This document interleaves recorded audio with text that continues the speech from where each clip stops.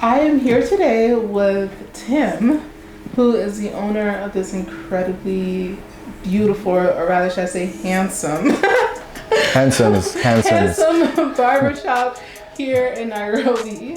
So, Groomsyard, what exactly to you is Groomsyard? So, Groomyard barbershop is my idea of creating a space for men to come and literally be groomed. It's more than just a barbershop. We obviously have services like massages and facials and manicures and pedicures. Obviously. The idea being that in this changing modern times, men are actually seeking they're looking much more at their image. It's becoming a lot more important to them. So this is a space created, a bespoke space created particularly for that purpose. So something I loved particularly about the spaces you've curated here is the design. Can you tell us a little bit more about that? How did you come up with this kind of concept, this space, this vibe? And what is the vibe that you're really going after in the design that you've created?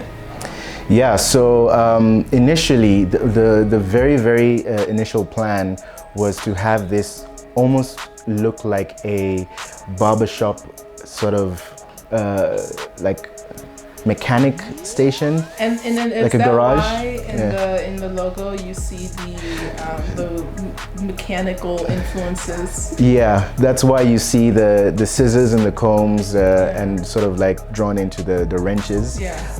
The idea is that this is supposed to be a space.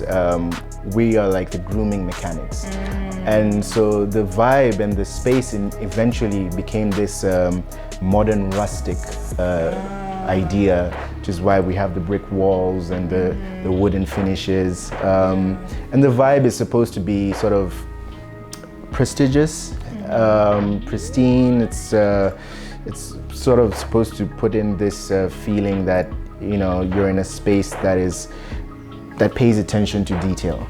That was kind of the idea. And it shows. Oh, thank you. So, in order to build this space, how are you able to acquire the funding necessary to do so?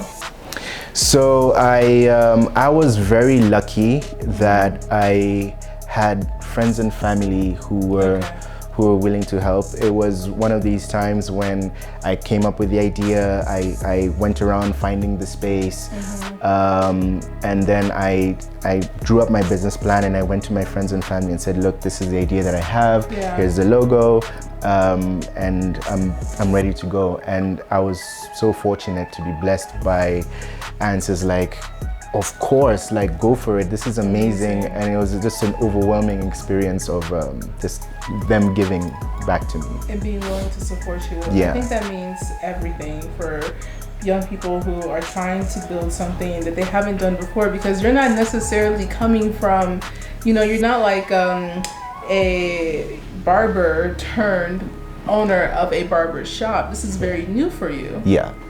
Yeah, it absolutely is, and it's been a very interesting journey understanding the industry itself and the technique and the skills required to provide a good service. It's been a very interesting learning curve. It's one thing to be an owner of a barbershop. It's another thing to understand to a customer as well, and sort of approach everything from a customer first perspective. Yeah. So how did you go about learning? So I did a course, which I'm still pursuing, in barbering and learning how to shave. I think it was very important. And also with my own staff, asking questions and just continuously remaining curious. And it's been amazing, the things I've learned. Do you think that your experience owning a barbershop has actually helped you develop more so a passion for this work? Yes, it definitely has. I'll tell you what, it's made me develop a passion for customer service and putting the customer first and making sure that they're comfortable. It's really sort of enhanced the people relation aspect within me. Yeah. So that's definitely something that's been enhanced. Because I feel like even as I just watched your most recent customer walk out, you know, it's like it's different from where he walked in. You know, you can tell like I'm fresh. Yeah. I look good. Yeah. You know. Yeah. And it's, you know, I feel like that probably makes you feel like we are doing what needs to be done. Absolutely. And as much as possible, I try and find out from them, are you satisfied? Were you comfortable? And going back to the whole thing about paying attention to detail, even the kind of music we play is very specific. Wow. It's a sort of chilled hip hop, just to put people in a very calm, relaxed, chilled mode. Yeah. So what is your vision for this barbershop? Because it's already a very quite unique space, but how do you imagine, you know, as you continue to curate the space, as it continues to grow, where are you planning to take it? So the idea is that Groomsyard is destined to become a franchise. Okay. Definitely would like to open more than 2 branches, you know, depending on how things go. Wow. But the idea is to actually eventually end up in different cities, you know, and have Groomsyard become a household name. Amazing. Yeah. Amazing. Yeah. So that if you're traveling, you're a guy, you're like, I'm usually in Nairobi, I usually get my hair cut at Groomsyard, but now I'm in Kigali, I'm looking for Groomsyard. Whereas, because you know that consistent customer service is going with you no matter where you go. Absolutely. And even right now there's plans in place to start to create this really strong loyalty program that eventually, when this happens, when it starts to expand across cities and even countries, that it all works in that you can go to Groomsyard in Kigali, in Accra, in you know, wherever it is, and it's the same exact service. Same exact service. I love it. So, but to create something this incredible that you've already created, what are some of the struggles that you faced along the way? I think there's you know, there's just the natural struggle that anyone has when starting a new business, and especially a business that is also new in terms of the industry that you're doing it in. So, you know, things like cash flow, things like you know, making sure you have enough products, and making sure your rent is paid on time, and all of those things. These are the teething problems. And as well, like we had a couple of issues because this was a renovated space. So any old plumbing and stuff like that, you know, you have to stop the work and fix that and continue. So just, I think just a lot of teething problems, and trying to create efficient systems. You'd rather put the work into trying to create a system that will work forever and put in all that hard work into making that system, as opposed to sort of trying to haphazard everything. So in this barbershop here, and you know, in a quite similar setup that we already have, you have a show where you've invited men to come get their hair cut and talk about very real issues that men are facing. Can you tell us a little bit more about that? Yeah, absolutely. So the show is called The Groomsyard.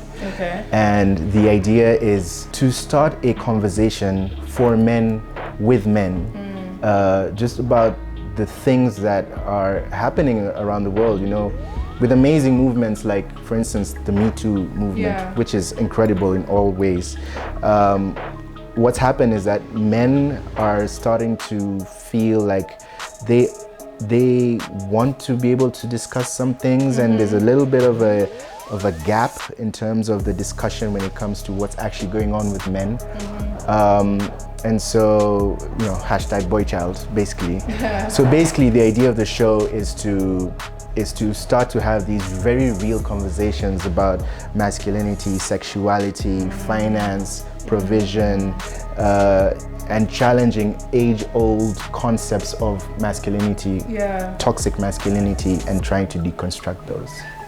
You see, I love that because I think that, and like you mentioned, the Me Too movement, right? I think with men who are not yet ready to go to women to have these kinds of conversations, it needs to start in their very own circles. And I think that what's so great about your show is that the barbershop historically has served as that safe space for men. Absolutely. Because the people who are coming here are men, and the very nature of getting your haircut is inherently very intimate, right? And you're spending a lot of time between you and the person cutting your hair, 30 minutes to an hour or so for the service. And you may want to talk about something. Let's talk about masculinity. Let's talk about the game that was just on TV. Let's talk about what you just heard. Let's talk about the Me Too movement. How are you feeling? And I think it's so important because in order to deconstruct oppressive systems and move towards a more egalitarian society, we have to have these conversations. And especially from one man to another, those conversations need to begin right there. So when it came to sort of naming the show, one of the core tenets of Groomsyard is that grooming is more than just cutting your hair and getting your nails done. There's emotional grooming as well, you know. There's physical grooming, going to the gym and all of these things. So what the show is trying to capture is, it's really trying to create a space to discuss what positive masculinity could mean, if at all, you know. And and there's the aspect that men in general have not been used to talking about things. It's actually one of the challenges that I've found when it comes to this show, is that in general men might not even know how to talk about these things. They have a lot of things they're not used to it. So one of the things that I'm trying to achieve on the show is to start to get men to first of all be comfortable just talking about it, even if it's just a one line about, you know, how they feel about paying the bill all the time, you know, but get them to start discussing how they really actually feel about it. I love that. Well, I love your space. I love you, actually. I love you too. I actually already love Tim. And I love the work that you're trying to do and how you're creating and reinventing something as simple as a barbershop, right? To serve a multitude of purposes in a very, in a very intentional way. So thank you for inviting me, you know, a woman, into this space. I feel so cool hanging out with the boys. But thank you so much, Tim, for sitting with us.